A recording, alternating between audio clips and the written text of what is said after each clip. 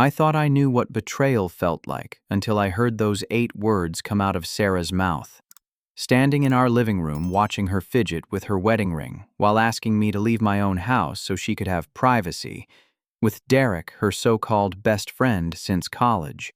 The same Derek who'd been texting her at midnight, showing up unannounced and making himself comfortable in our space for months. I looked at the woman I'd been married to for 3 years, realizing I was staring at a complete stranger.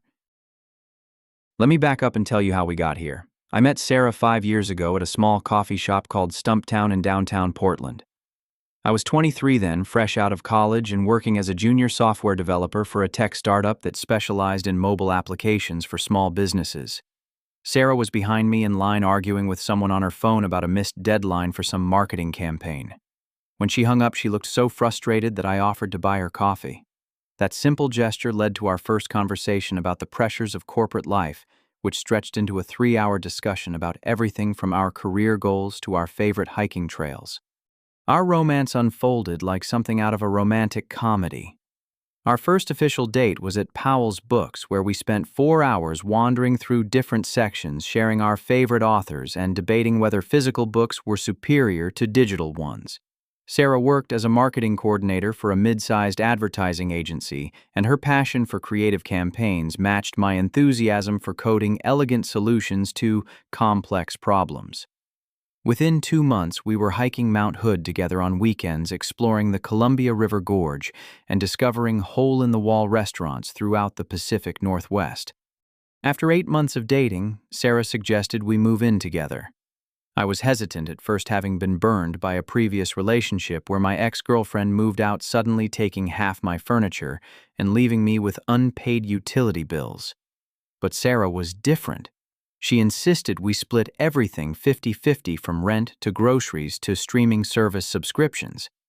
We found a beautiful 1920s craftsman house in southeast Portland with original hardwood floors, built-in bookshelves, and a front porch, perfect for morning coffee. The monthly mortgage payment of $2,400 stretched our budget, but we were building something together. Our wedding 3 years ago was intimate and meaningful, held in Sarah's hometown of Eugene at a small vineyard surrounded by rolling hills. 50 guests watched us exchange vows under an archway of white roses and eucalyptus branches. Sarah's father walked her down the aisle while her mother cried tears of joy in the front row. My brother Marcus served as my best man, cracking jokes during his speech about how I finally found someone who could tolerate my obsession with optimizing code efficiency. The reception featured local wine, organic catering, and dancing under string lights that made everything feel magical. Life settled into a comfortable routine after the honeymoon. We established joint checking and savings accounts, combined our health insurance policies, and started talking seriously about starting a family within the next 2 years. Every Friday night was date night, alternating who chose the restaurant or activity. Saturdays were for household projects and exploring Portland's farmers markets. Sundays meant sleeping in, making elaborate brunches, and planning our next vacation. We dreamed of buying a cabin near Mount Hood, taking a European anniversary trip, and eventually upgrading to a larger house with space for children. That's when Derek entered the picture, although Sarah always insisted he'd been part of her life long before I came along. She introduced him as her closest friend from the University of Oregon journalism program, someone who'd supported her through difficult times during college. According to Sarah, Derek had helped her through a bout of depression.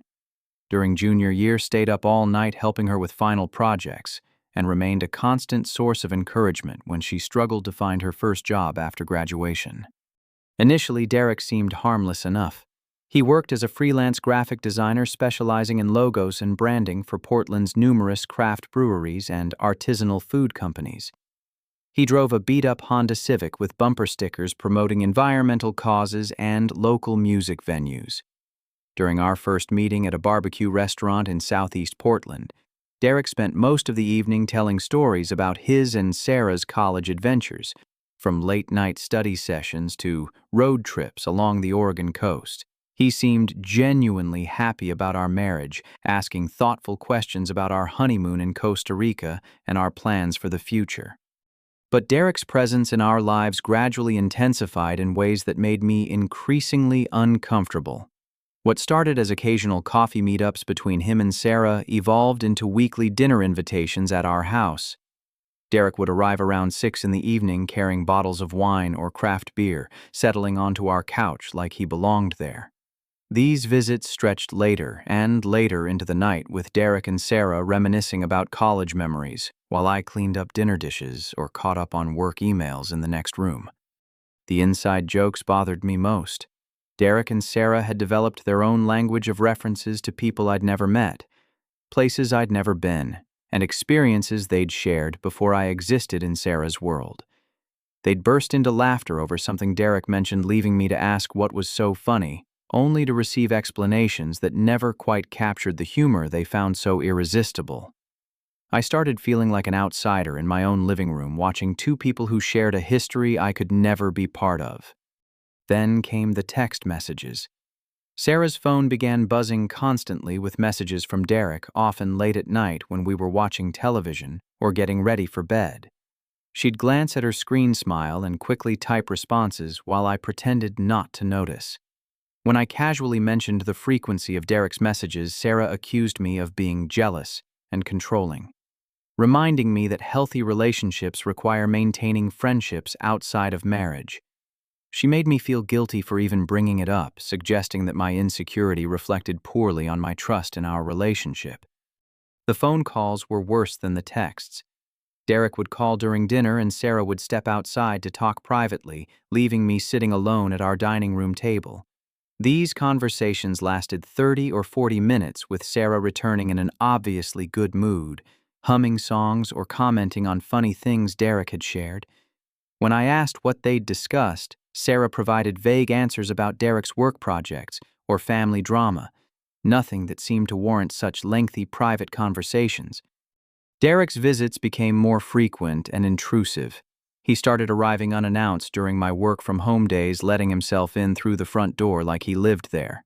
I'd be in my home office participating in video conferences or debugging software problems when I'd hear Derek's voice in the kitchen talking to Sarah. These surprise visits disrupted my concentration and made me feel uncomfortable in my own workspace. When I mentioned this to Sarah, she defended Derek's spontaneous nature, saying that rigid boundaries would damage their friendship. Weekend plans increasingly revolved around Derek's availability and interests. Sarah would suggest restaurants Derek recommended, hiking trails he'd discovered, or events he wanted to attend. Our romantic Saturday night dinners became group outings, with Derek playing the role of third wheel, except he never seemed to feel awkward about intruding on our time together. In fact, Derek appeared to enjoy these situations, often steering conversations toward topics that excluded me, or making references to shared experiences that highlighted my outsider status. The breaking point came 3 weeks ago when I returned home early from a client meeting to find Derek's car parked in our driveway. This wasn't unusual by itself, but something felt different about the atmosphere when I walked through the front door. Sarah appeared flustered, her hair slightly messed up and her cheeks flushed. Derek emerged from our bedroom claiming he'd been using our bathroom, but he was adjusting his shirt and avoiding eye contact. They both seemed surprised to see me, as if they'd expected more time before I returned home. That evening, Sarah's behavior was noticeably different. She was overly affectionate, suggesting we order expensive takeout from our favorite Thai restaurant and rent a movie we'd been wanting to watch. She kept asking if I was okay, if anything was bothering me, if I'd had a good day at work. Her excessive attention felt like overcompensation for something, though I couldn't pinpoint exactly what had changed. Derek had left quickly after I arrived, mumbling something about having other plans for the evening.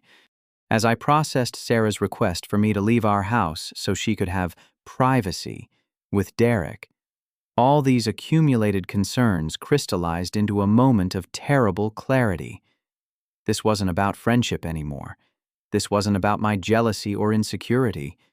This was about my wife asking me to abandon my own home so she could be alone with another man in circumstances that no reasonable husband should be expected to accept. But as I stood there looking at Sarah, trying to formulate a response to her outrageous request, I noticed something that made everything infinitely worse. Derek's black leather overnight bag was sitting by our front door, partially hidden behind the coat rack but clearly visible from where I was standing. This wasn't a spontaneous request for an hour of privacy. This was a planned overnight stay that Sarah had arranged without consulting me in my own house, using my absence as a convenient cover for whatever she and Derek had planned. I grabbed my car keys from the kitchen counter without saying another word to Sarah. She called my name as I walked toward the garage, her voice carrying a note of panic that confirmed my suspicions about what was really happening. I didn't turn around. I couldn't trust myself to speak without saying something that would escalate the situation beyond any possibility of rational discussion. Instead, I got in my car and drove away from the house that no longer felt like my home. 20 minutes later, I was sitting in my brother Marcus's driveway in Beaverton, trying to make sense of what had just transpired. Marcus worked as a construction foreman for a company that built custom homes throughout the Portland metropolitan area. He'd always been the practical one in our family, the guy who solved problems with direct action rather than endless analysis. When I knocked on his door at 4:30 in the afternoon on a Tuesday, still wearing my work clothes and probably looking shell-shocked, Marcus immediately knew something was seriously wrong. I explained the situation while Marcus poured us both coffee in his kitchen. His wife, Janet, was working a double shift at the hospital where she served as a registered nurse in the cardiac care unit, so we had the house to ourselves for several hours. Marcus listened without interrupting, his expression growing darker as I described the months of escalating boundary violations that had led to Sarah's impossible request. Marcus's initial reaction was exactly what I'd expected. He wanted to drive back to my house immediately and confront Derek, physically throwing him out of our property and making it clear that his presence was no longer welcome.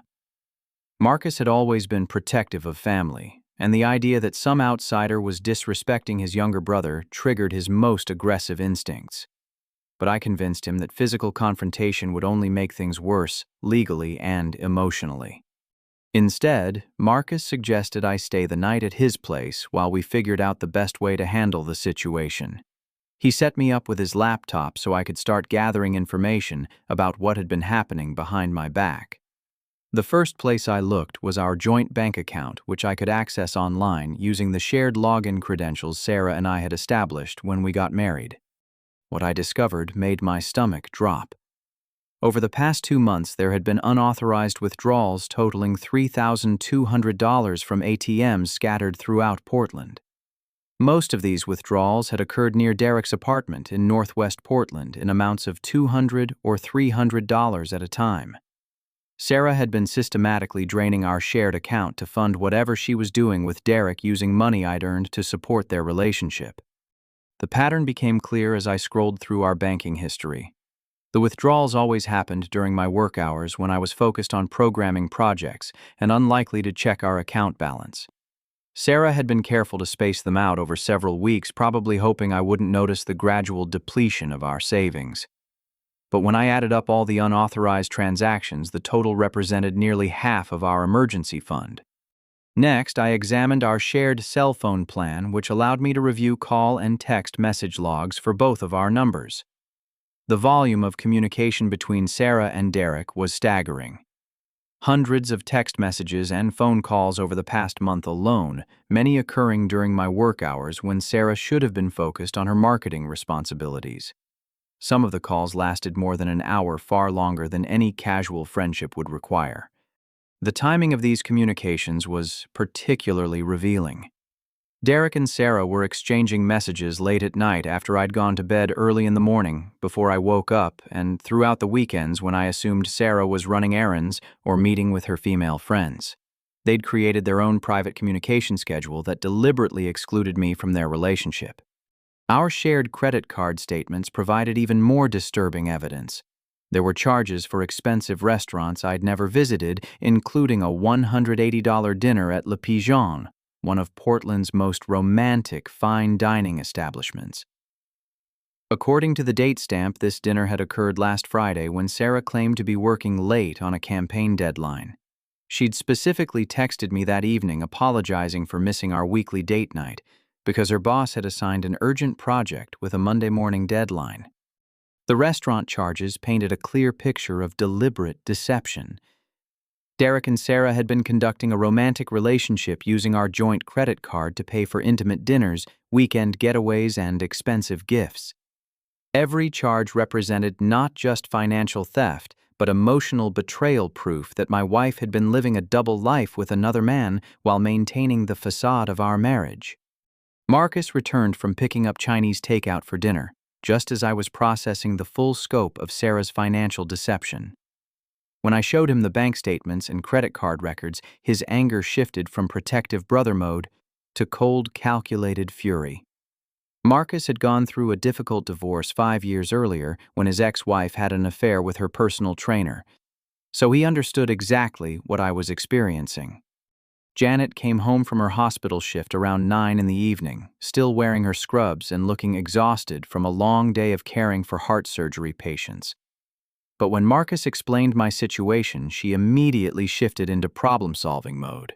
Janet had seen enough family destruction during her nursing career to understand the importance of protecting yourself legally and financially during relationship crises. Janet's practical advice was invaluable. She recommended that I contact our bank first thing in the morning to freeze our joint accounts and prevent further unauthorized withdrawals. She suggested I start documenting everything with photographs and printed records, creating a paper trail that would be useful if the situation escalated to divorce proceedings. Most importantly, she warned me not to confront Sarah directly until I had a complete understanding of what I was dealing with. That night, lying awake in Marcus and Janet's guest bedroom, I couldn't stop thinking about how long this had been going on without my knowledge. Sarah had been living a double life, maintaining our marriage as a convenient cover while conducting a serious relationship with Derek. The financial theft was bad enough, but the emotional betrayal felt infinitely worse. Every kiss goodnight, every "I love you" exchange, every intimate moment we'd shared had been contaminated by her relationship with Derek. Around 2 in the morning, unable to sleep, I checked my phone for any messages from Sarah. She'd called 3 times and sent several text messages, all expressing confusion about where I was and when I planned to come home. Her messages had an increasingly frantic tone, suggesting that my sudden departure had disrupted whatever plans she and Derek had made for their private evening together. But the most shocking discovery came when I checked our shared Apple account's location services.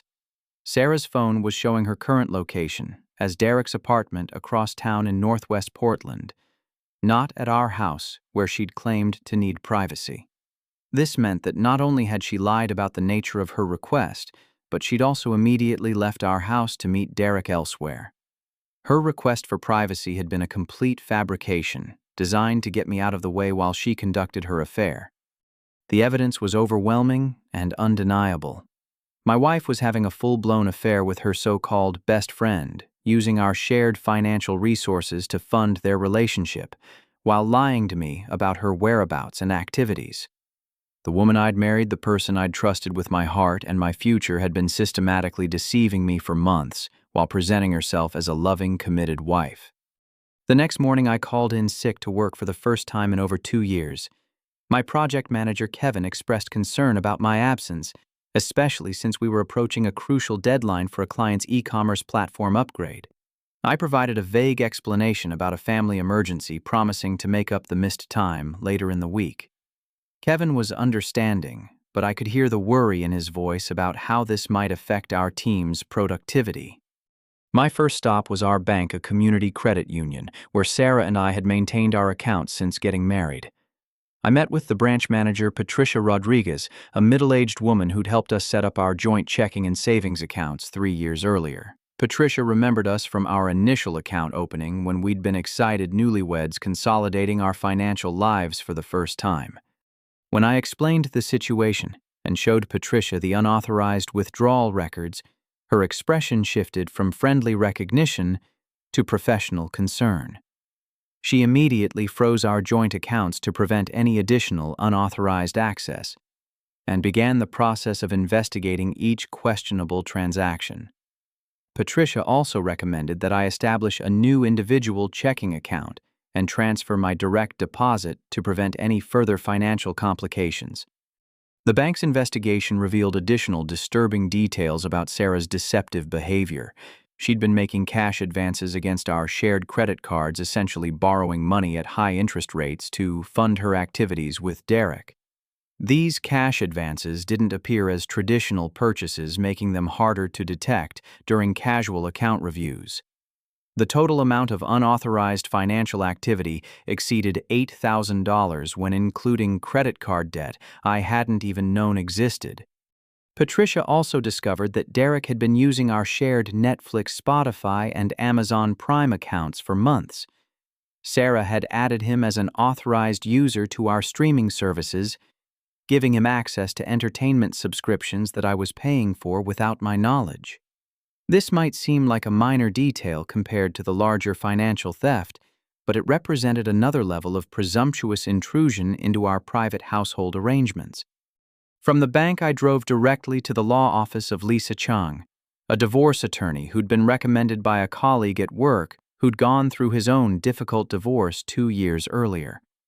Lisa's office was located in a professional building downtown with floor-to-ceiling windows overlooking the Willamette River. Her credentials were impressive, including a law degree from Lewis and Clark and 15 years of experience handling complex divorce cases throughout Oregon. During our initial consultation, Lisa explained Oregon's property division laws and helped me understand my legal options. Oregon is a no-fault divorce state, meaning I wouldn't need to prove adultery to obtain a divorce. But the evidence of Sarah's affair and financial deception would be relevant for determining property division and spousal support obligations. Lisa strongly advised me to continue gathering documentation while avoiding any direct confrontation that might escalate the situation unpredictably. Lisa also explained the importance of protecting our shared assets during the divorce process. She recommended that I secure copies of all important financial documents, including tax returns, investment account statements, insurance policies, and real estate records. If Sarah decided to become vindictive during divorce proceedings, she might attempt to hide assets or destroy financial records that would be necessary for fair property division.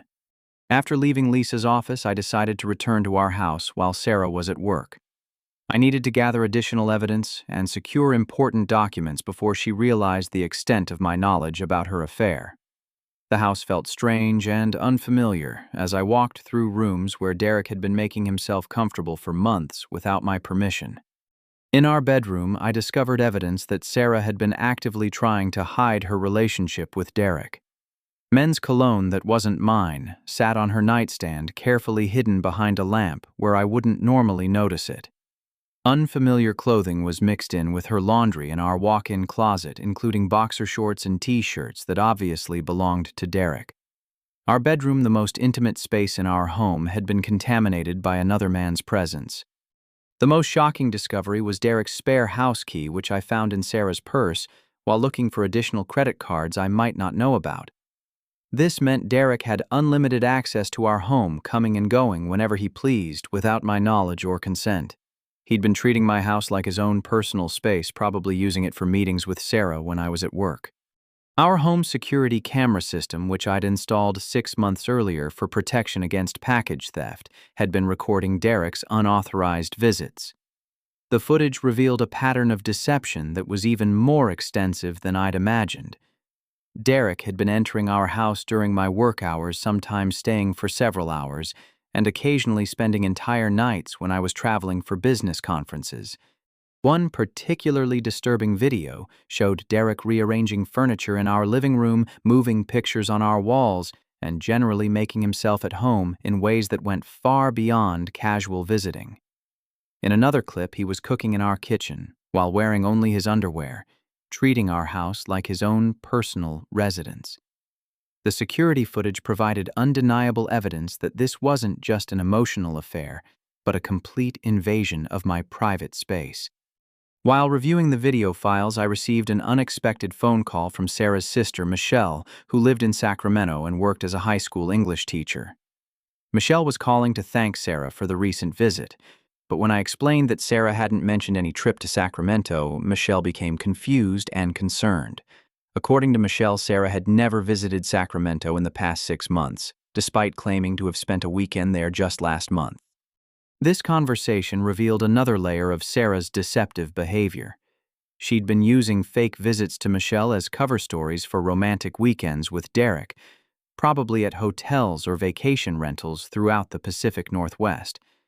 Michelle was deeply upset to learn that her name had been used to facilitate her sister's affair, and she offered to provide written testimony about Sarah's lies if needed for divorce proceedings. During our phone conversation, Michelle made an additional disturbing revelation. Sarah had been calling her regularly over the past few weeks, asking strange questions about divorce law, property division, and spousal support obligations. These calls had puzzled Michelle because Sarah had never expressed any dissatisfaction with our marriage during previous conversations. Now Michelle realized that Sarah had been researching her legal options while planning her exit strategy. The picture that emerged from my investigation was far worse than a spontaneous affair. Sarah had been conducting a deliberate, calculated campaign of deception for months, systematically draining our financial resources while planning the destruction of our marriage. She'd been using our shared assets to fund her relationship with Derek while researching how to maximize her financial benefit from divorce proceedings. As evening approached and Sarah's workday was ending, I had to decide whether to confront her directly or continue gathering evidence. I was emotionally exhausted from a full day of shocking discoveries, but Lisa Chang's advice echoed in my mind. Direct confrontation might cause Sarah to become defensive and start hiding evidence that would be crucial for protecting my interests during divorce proceedings. Instead, I decided to continue playing the role of unsuspecting husband while building an irrefutable case against both Sarah and Derek. This strategy would require tremendous emotional discipline, but it offered the best chance of achieving justice for their betrayal. They'd been playing a long game of deception, and now it was time for me to play an even longer game of strategic planning. The final shock of the day came when I discovered Derek's laptop sitting open on our kitchen counter, obviously left behind during his hasty departure the previous day. The screen was unlocked, displaying his email account with messages that revealed the true scope of his involvement in destroying my marriage. Derek hadn't just been a passive participant in Sarah's affair, he'd been actively encouraging her to divorce me and move in with him permanently. The next several weeks required the most difficult acting performance of my life. Every morning I had to wake up next to Sarah and pretend that nothing had changed while internally processing the magnitude of her betrayal. Every conversation, every shared meal, every routine interaction felt like a carefully choreographed dance around the truth that neither of us was willing to acknowledge directly. Sarah's behavior during this period revealed just how comfortable she'd become with deception. She continued making plans for future vacations, discussing potential home renovation projects, and talking about our supposed shared goals as if our marriage had a future. Her ability to compartmentalize her double life was both impressive and terrifying, suggesting a level of emotional detachment that made me question everything I thought I knew about her character. Meanwhile, I was systematically executing my own strategic plan. I opened an individual checking account at a different bank and gradually began transferring my direct deposit and automatic bill payments away from our shared accounts. I gathered copies of all important financial documents, including tax returns from the past 5 years, investment account statements, insurance policies, and our mortgage paperwork. Every document went into a safety deposit box that Sarah didn't know existed. My neighbor Frank Wilson proved to be an unexpected ally during this challenging time. Frank was a retired police detective who'd spent 30 years investigating financial crimes and domestic fraud cases. He'd noticed Derek's frequent presence at our house and had grown concerned about the obvious signs of marital trouble. When I confided in Frank about the situation, he offered to help with surveillance and documentation. Frank's professional expertise was invaluable for understanding the legal implications of what Sarah and Derek were doing. He explained that their behavior constituted multiple forms of fraud, including unauthorized use of financial accounts, identity theft, and possibly criminal trespass. Frank also helped me understand how to document their activities in ways that would be admissible as evidence in divorce proceedings. At work, I found myself confiding in my project manager, Amanda Foster, about the personal challenges affecting my performance. Amanda was a divorced mother of 2 who'd rebuilt her life after her own husband's affair 5 years earlier. She understood the emotional turmoil I was experiencing and provided practical advice about protecting digital assets and social media presence during divorce proceedings. Amanda's most important recommendation was to secure all my work-related accounts and intellectual property. If Sarah decided to become vindictive during divorce proceedings, she might attempt to sabotage my career by accessing my professional email accounts or client information. Amanda helped me change all my work passwords and implement additional security measures to protect sensitive projects. The waiting game required incredible emotional discipline. I had to watch Sarah prepare for what she obviously believed would be her new life with Derek while pretending to be oblivious to her plans. She bought new clothes, changed her hairstyle, and started working out regularly at a gym where Derek was also a member. Her physical transformation was clearly motivated by her desire to look attractive for her new relationship. Derek's boldness during this period was particularly galling. He continued showing up at our house unannounced, staying for dinner without being invited, and treating our living room like his personal entertainment space. He'd arrive with grocery store wine and craft beer, settle onto our couch to watch television shows that Sarah had obviously told him I didn't enjoy, and make casual comments about changes he'd like to see in our home's furniture arrangement. The most infuriating aspect of Derek's behavior was his obvious comfort with the situation. He showed no signs of guilt or discomfort about destroying my marriage, instead seeming to enjoy the power dynamic that allowed him to colonize my space, while I remained ignorant of their relationship. Derek was treating the entire situation like a game he was winning, completely confident that Sarah would eventually leave me to be with him. Sarah's growing distance and secrecy became more pronounced as the weeks progressed. She started coming home later from work, claiming overtime responsibilities that her company's public calendar didn't support. Her phone became even more sacred territory, never leaving her side, and always positioned face down to prevent me from seeing incoming messages. The shared intimacy of our marriage was replaced by polite but empty interactions. The breaking point approached when Sarah announced that she'd been invited to a weekend team-building retreat with her marketing department. This was obviously another fabricated cover story, since her company was too small to organize expensive weekend retreats, and none of her coworkers had mentioned any such event during previous social gatherings. Sarah was planning a romantic weekend with Derek while expecting me to believe her transparent lie. I used Sarah's fabricated retreat weekend to escalate my own strategic planning. I scheduled a comprehensive meeting with Lisa Chang to review all the evidence I'd gathered and discuss the most effective timing for serving divorce papers. I also met with a forensic accountant that Lisa recommended, a specialist in tracking hidden assets and financial fraud during divorce proceedings. The forensic accountant's investigation revealed the full scope of Sarah's financial deception. Beyond the unauthorized withdrawals and credit card advances, I'd already discovered she'd been systematically overpaying Derek for freelance graphic design work that our household didn't need. Our shared credit card showed multiple payments to Derek's business account for logo designs, website development, and marketing consultation services that were obviously fabricated justifications for transferring money to him. Sarah had also opened a secret credit card account in her name alone, with Derek listed as an authorized user. This account carried a balance of nearly $4,000 for restaurants, hotels, and retail purchases that supported their relationship. The credit card company's records showed that Derek had been using this account more frequently than Sarah, essentially living off credit extended in my wife's name. The evidence of premeditation was overwhelming. This wasn't a spontaneous affair that had gotten out of hand, but a carefully planned campaign to drain our marital assets while preparing for Sarah's transition to a new relationship. She'd been treating our marriage like a business venture that needed to be liquidated gradually to maximize her personal benefit. Dr. Rebecca Martinez, a therapist specializing in infidelity recovery, helped me process the emotional trauma while maintaining focus on my strategic goals.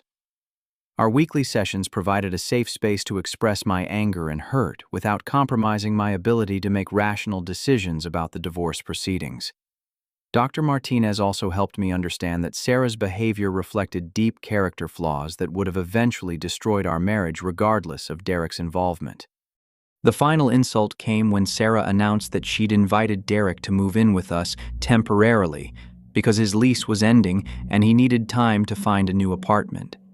This was the ultimate test of my acting abilities, as Sarah was essentially asking me to welcome my wife's lover into our home as a long-term house guest. Her assumption that I would accept this arrangement revealed just how little respect she had left for me and our marriage. That evening, as Sarah enthusiastically described her plans for accommodating Derek in our guest bedroom, I realized that her capacity for deception had no apparent limits. She was capable of looking me in the eye and asking me to support the man who was destroying our marriage, all while maintaining the pretense that their relationship was purely platonic friendship. This moment crystallized my understanding that the woman I'd married no longer existed, replaced by someone whose moral compass had been completely corrupted. Sarah's announcement that Derek would be moving into our house forced me to accelerate my timeline for confrontation. I couldn't allow another man to establish legal residency in my home, especially when that residency would be funded by my income and facilitated by my wife's betrayal. The situation had moved beyond emotional infidelity into a direct assault on my financial security and property rights. Over the next week, I executed a methodical plan to secure my assets and prepare for the inevitable confrontation. Every action was carefully calculated to maximize my legal protection while minimizing Sarah's ability to cause additional damage.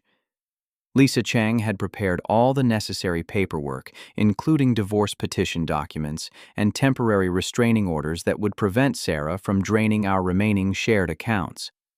The first phase of my strategy involved quietly removing my most valuable personal possessions from the house. During Sarah's work hours, I systematically transferred family heirlooms, electronics, important documents, and sentimental items to a storage unit across town. Each load was carefully planned to avoid creating obvious gaps that Sarah might notice during casual inspection of our belongings. My brother Marcus proved invaluable during this process, providing his pickup truck and helping me move larger items like my grandfather's antique desk, my gaming computer setup, and boxes of college textbooks that contained my software development reference materials. Marcus also helped me photograph the house's contents before removing anything creating visual documentation of our shared property for divorce proceedings. The digital battlefield required equal attention to the physical one. I changed passwords for all our shared accounts, including streaming services, utility companies, and insurance providers. I removed Sarah's access to my professional email accounts and social media profiles, and I began the process of separating our digital lives as completely as possible. Every shared password, every joint online account, every digital connection between us needed to be severed. Sarah's growing paranoia during this period suggested that she sensed something was changing, even if she couldn't identify exactly what was different. She started questioning my whereabouts more frequently, searching through my belongings when she thought I wasn't aware, and demanding explanations for routine changes in my schedule. Her anxiety level was clearly increasing, but she couldn't confront me directly without revealing her own guilty behavior. Derek's overconfidence reached absurd levels as his planned move-in date approached. He began bringing boxes of his belongings to our house, storing them in our garage and basement without asking my permission. Derek started rearranging our furniture to accommodate his needs, moving our dining room table to create space for his computer workstation, and generally treating my home like property he was entitled to modify. The psychological warfare required incredible self-discipline, but I found subtle ways to make both Sarah and Derek uncomfortable without giving them grounds for complaint. I started playing music they didn't enjoy during dinner, changed our internet password to slow down Derek's work activities, and adjusted our thermostat to temperatures that made extended lounging less comfortable. These minor irritations created tension without providing obvious reasons for confrontation. My support network expanded during this crucial period as word spread about my situation among trusted friends and family members. My college roommate Tyler offered his guest room as temporary housing after the confrontation, while my coworker James provided referrals to additional legal and financial professionals who specialized in complex divorce cases. Having multiple backup plans provided emotional security during an increasingly unstable situation. Sarah's desperate attempts to maintain normalcy became more pronounced as her anxiety increased. She suggested romantic dinners at expensive restaurants, proposed weekend getaway trips, and bought me expensive gifts that our budget couldn't really support. These gestures felt like transparent attempts to assuage her guilt while buying time to finalize her plans with Derek. The revelation of Sarah's apartment hunting activities came through an unexpected source. Our realtor, Patricia Kim, called to ask about our plans for selling our house, explaining that Sarah had contacted her about property valuations and market timing for a potential sale. This call revealed that Sarah was already making plans to liquidate our shared assets, probably intending to split the proceeds with Derek for their new life together. Financial audit results from the forensic accountant painted an even darker picture of systematic theft disguised as legitimate household expenses. Sarah had been inflating bills for utilities, groceries, and household maintenance, pocketing the difference to fund her activities with Derek. She'd also been accepting cash payments for freelance marketing work, without reporting them to me, essentially stealing income that should have been contributing to our shared household budget. Derek's employment situation became clearer through social media investigation and conversations with mutual acquaintances. He'd been essentially unemployed for the past 2 months, surviving on freelance projects that barely covered his basic living expenses. Derek's plan to move in with us was clearly motivated by financial desperation rather than genuine housing need, making Sarah's invitation even more insulting to my intelligence. The power dynamic had shifted dramatically in my favor as I accumulated irrefutable evidence of their deception while they remained oblivious to my knowledge. Every day brought new revelations about the scope of their betrayal, but I now had the legal and financial resources necessary to protect myself during the inevitable confrontation. Their confidence was built on the assumption that I would remain passive and ignorant, but I was preparing for total war. Sarah's friends began distancing themselves as word spread about her behavior through Portland's interconnected social networks. Several mutual acquaintances reached out to express their concern and support, revealing that Sarah's affair had been more obvious to others than I'd realized. Her reputation in our social circle was already damaged, providing additional leverage for the upcoming confrontation. The preparation phase was nearing completion, as all the necessary legal documents were finalized and my financial assets were secured. Lisa Chang had coordinated with a professional process server to ensure that divorce papers would be delivered at Sarah's workplace for maximum impact and legal compliance.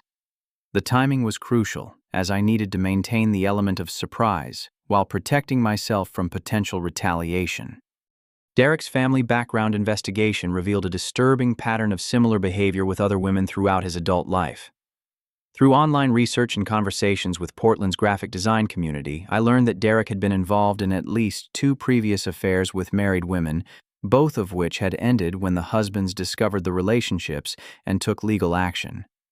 This pattern suggested that Derek was a predator who specifically targeted married women for financial and emotional exploitation. The final preparation involved securing temporary housing and establishing a new routine that would be completely independent of Sarah and Derek. Tyler's offer of his guest room provided immediate shelter, while my increased hours at work would generate additional income to support my new lifestyle. Every aspect of my post-confrontation life was planned and ready for implementation. As I prepared for the final gambit, I reflected on how dramatically the power balance had shifted over the past month. Sarah and Derek believed they were manipulating an ignorant victim, but I'd actually been conducting a comprehensive investigation while building an unassailable legal position.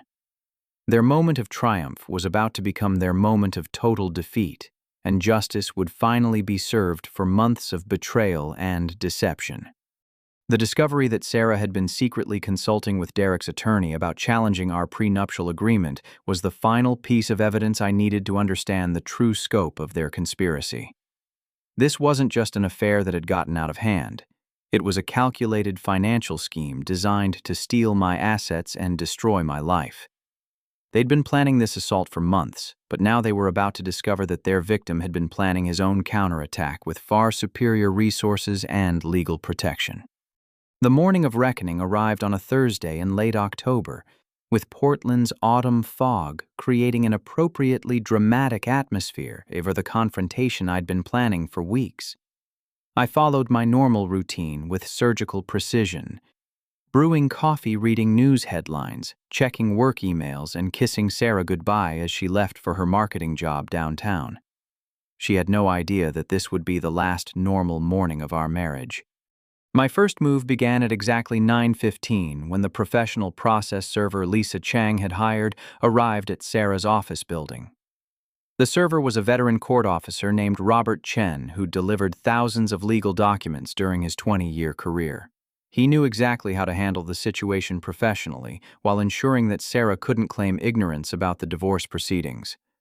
30 minutes later, I received confirmation that Sarah had been served with divorce papers, temporary restraining orders preventing her from accessing our joint financial accounts, and legal notice that she was required to vacate our house within 72 hours. The process server reported that Sarah had appeared shocked and confused, asking multiple questions about what was happening and who had initiated the legal action. My second move involved freezing all our joint bank accounts and credit cards, effectively cutting off Sarah's access to the funds she'd been using to support her relationship with Derek. Patricia Rodriguez at our credit union had prepared all the necessary paperwork in advance, so the account freezes were implemented immediately after Sarah was served with divorce papers. Our shared credit cards were canceled and all automatic payments were redirected to my new individual checking account. The third move was changing the locks on our house and posting legal notice of Sarah's requirement to vacate the premises. I'd hired a professional locksmith who arrived at our house within an hour of Sarah being served, ensuring that neither she nor Derek could gain access to our property. The locksmith also installed additional security measures, including a digital deadbolt system that would alert my phone if anyone attempted to break in. Sarah's panicked phone calls began within 2 hours of being served. Her voicemails progressed from confused questions about what was happening to angry demands that I explained myself to desperate pleas for reconciliation. Each message revealed more about her mental state as the reality of her situation became clear. She'd been so confident in her ability to manipulate me that she'd never prepared for the possibility that I might discover her affair and take decisive action. Derek's reaction was equally satisfying and predictable. He showed up at my office building around 2 in the afternoon, demanding to speak with me about what he called a misunderstanding that could be resolved through conversation. Derek apparently believed that he could intimidate me into withdrawing the divorce papers and allowing him to continue his relationship with Sarah. His arrogance was stunning, even after everything I'd witnessed over the past month. Unfortunately for Derek, my office building had excellent security cameras and professional security guards who took workplace harassment seriously. When Derek began shouting threats in the lobby and refusing to leave when asked, security guards escorted him from the building while recording everything for potential police reports. Derek's aggressive behavior was documented on video, providing additional evidence of his unstable character. The security footage from my office building showed Derek making explicit threats about what would happen if I didn't, back off from Sarah and allow their relationship to continue. These threats were clearly admissible as evidence in divorce proceedings and potentially grounds for a restraining order against Derek personally. His attempted intimidation had backfired spectacularly, giving me even more legal ammunition. Sarah's attempts at damage control began immediately after she realized the scope of what was happening. She started calling our mutual friends with fabricated stories about my supposed mental breakdown, claiming that I'd become irrationally jealous and vindictive without cause. Sarah apparently believed that she could maintain her victim narrative by portraying me as an unstable husband who'd overreacted to innocent friendship. But the truth had already spread through our social network faster than Sarah could control. The evidence I'd shared with close friends and family members had destroyed her credibility before she could establish her alternative narrative. Multiple people contacted me to express their support and share additional information about Sarah's suspicious behavior that they'd witnessed but hadn't reported earlier. The workplace complications I'd anticipated materialized when Sarah attempted to contact my boss with false accusations about my mental state and job performance. She called my company's human resources department, claiming that I was experiencing a psychological crisis that made me dangerous to coworkers and clients. Sarah apparently hoped that getting me fired would provide leverage for divorce negotiations. Fortunately, my project manager, Amanda Foster, had prepared for this possibility. She documented our previous conversations about my personal situation and could verify that my work performance had actually improved during the period when I was dealing with Sarah's betrayal. Human Resources quickly determined that Sarah's accusations were unfounded harassment related to our divorce proceedings. Lisa Chang's legal counterstrike was swift and devastating.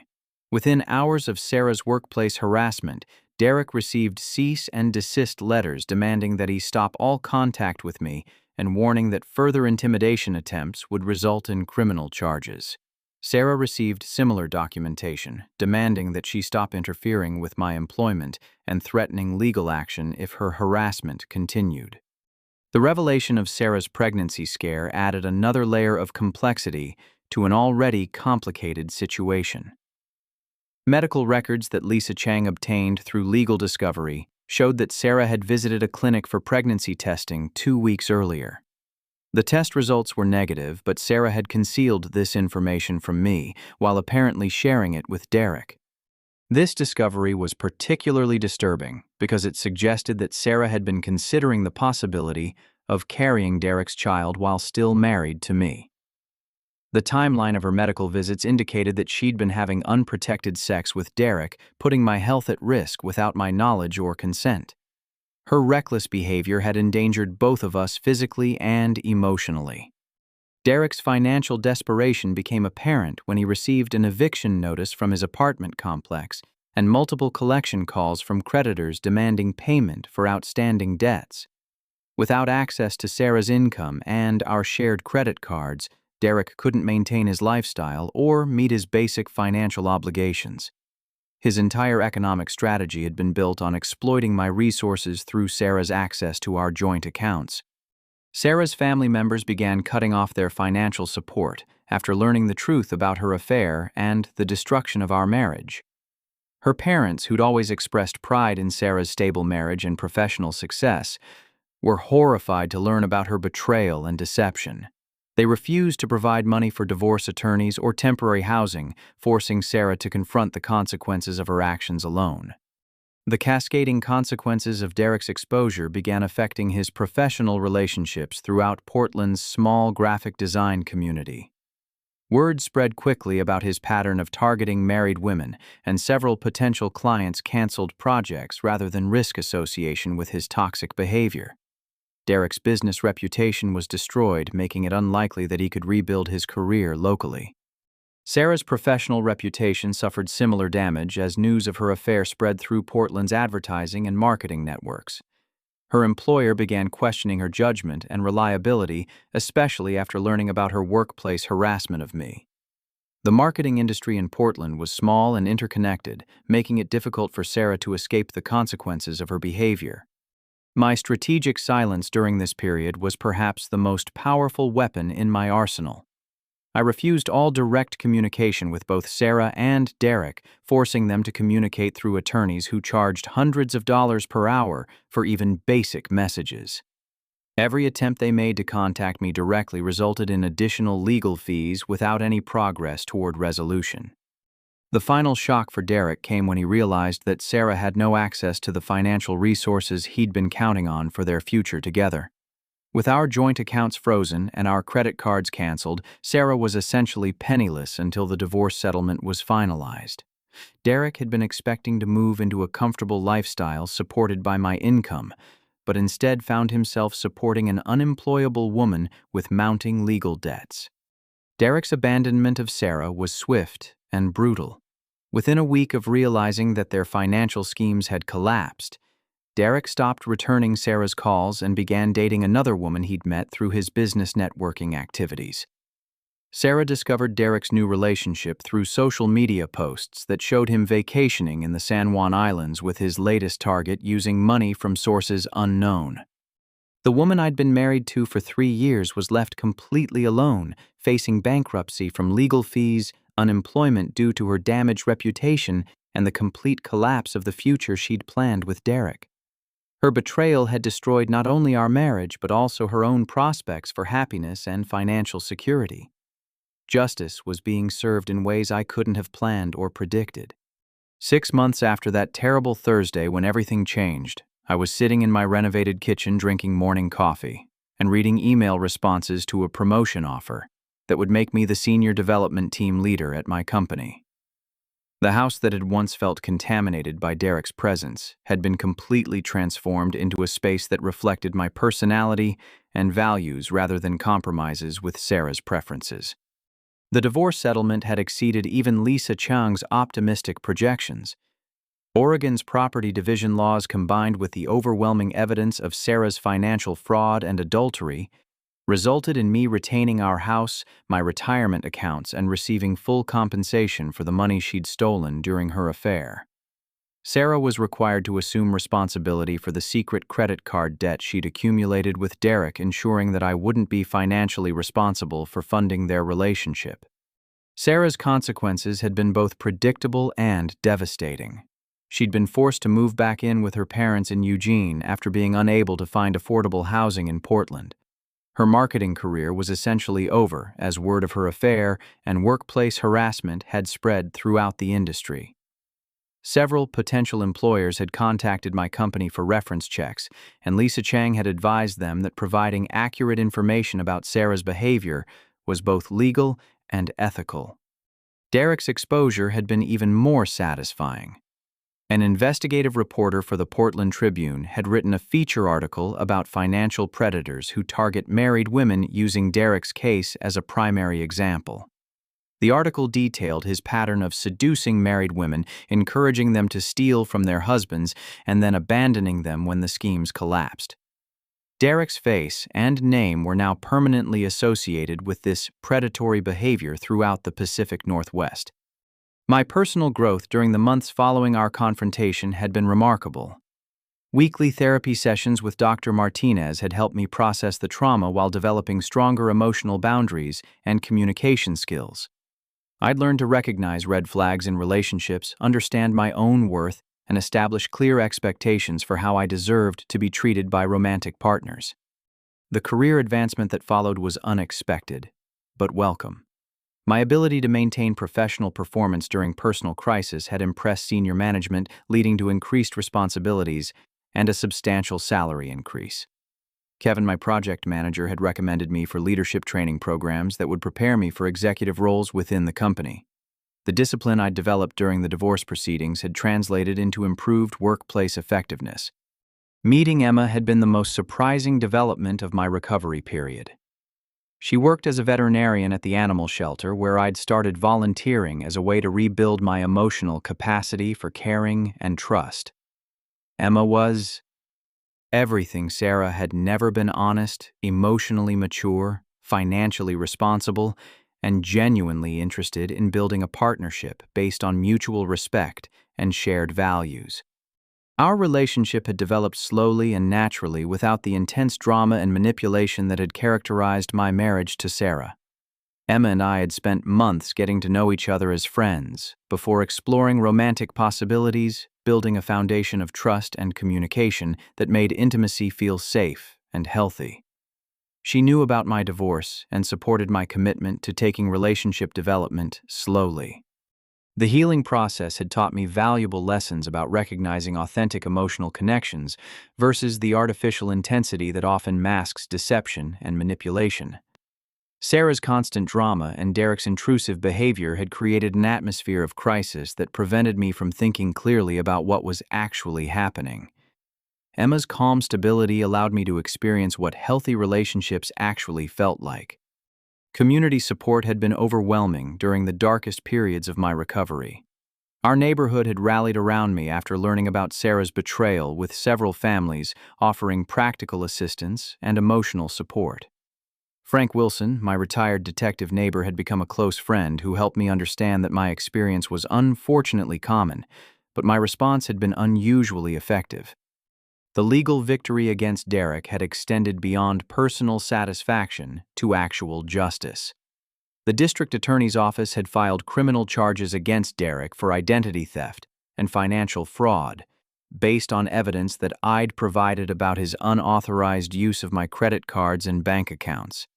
Derek was currently facing potential jail time and would be required to pay restitution regardless of his ability to afford it. Sarah's failed attempts at reconciliation had continued for months after the divorce was finalized, demonstrating that she still didn't understand the magnitude of what she'd done to destroy our marriage. Her letters and social media messages revealed a complete inability to accept responsibility for her behavior, instead focusing on my supposed overreaction and Derek's manipulation of her innocent friendship. Professional vindication had come when several of Derek's former clients contacted me for software development services after learning about his fraudulent business practices. The graphic design and web development communities in Portland were closely connected, and Derek's reputation had been permanently destroyed. His attempts to rebuild his business in other cities had failed as word spread about his pattern of predatory behavior.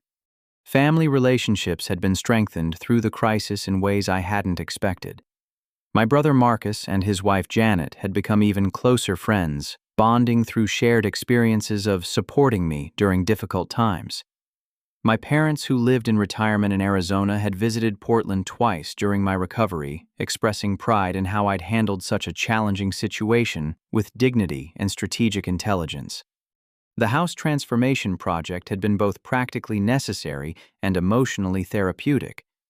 Removing all traces of Sarah and Derek's presence had required repainting every room, replacing furniture and redesigning spaces to reflect my individual preferences rather than marital compromises.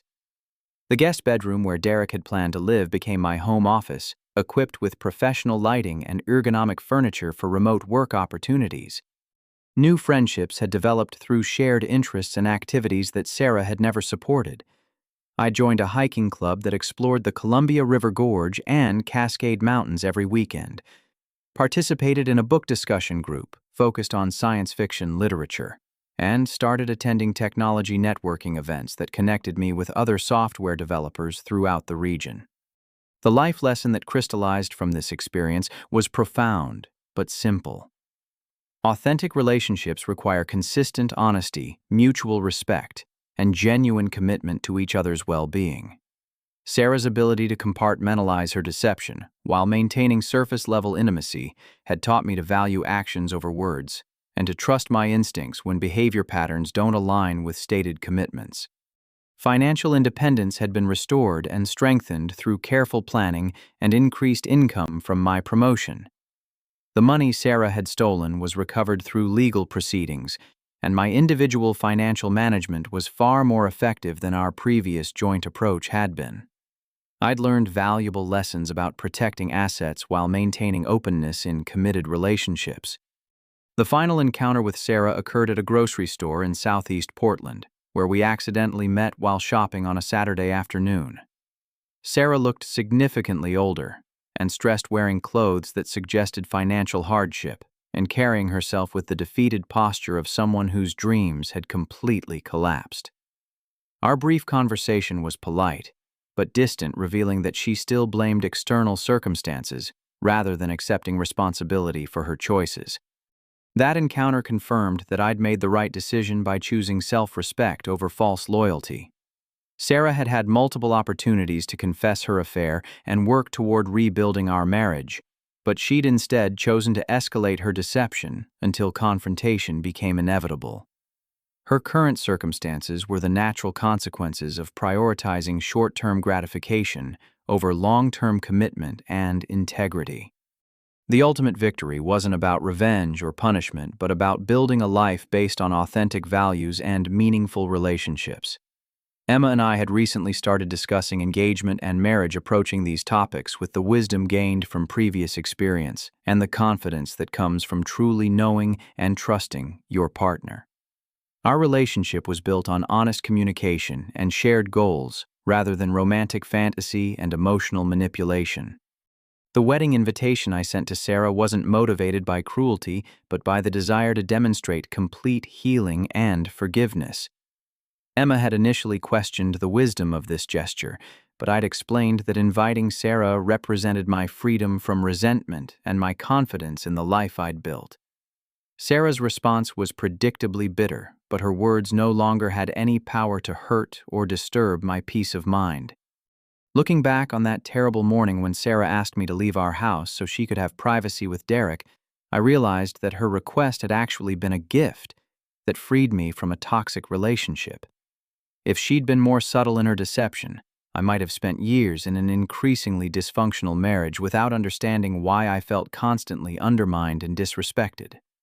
Her brazen behavior had forced me to confront reality and take action to protect my future happiness. The story of my divorce and recovery had become an inspiration to other people facing similar betrayals. Several friends and co-workers had asked for advice about recognizing affair warning signs and protecting themselves during relationship crises. Sharing my experience had helped others avoid similar mistakes and given additional meaning to the pain I'd endured. What started as the worst day of my life had ultimately led to the best life I could have imagined. Emma and I were planning to spend our honeymoon hiking through New Zealand's South Island, exploring landscapes and cultures that Sarah had never shown interest in experiencing. Our shared sense of adventure and discovery represented everything that had been missing from my previous marriage.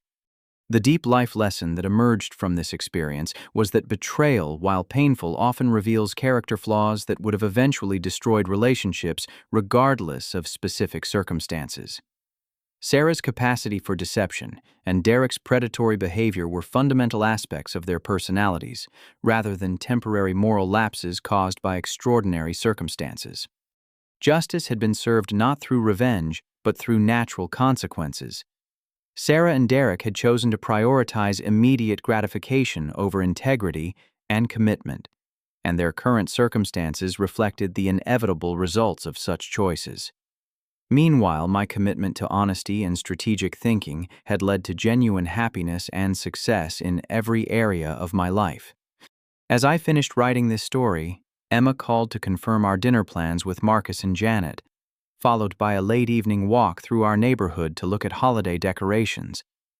The ordinary pleasure of planning simple activities with people who genuinely cared about my well-being reminded me how much authentic happiness I'd gained by refusing to accept betrayal as the price of maintaining false peace. Sometimes the greatest gift you can give yourself is the courage to demand the respect you deserve, even when that demand costs you everything you thought you wanted. Sarah's betrayal had forced me to choose between preserving a comfortable lie and pursuing an uncertain truth. I'd chosen truth, and that choice had led to everything good in my current life.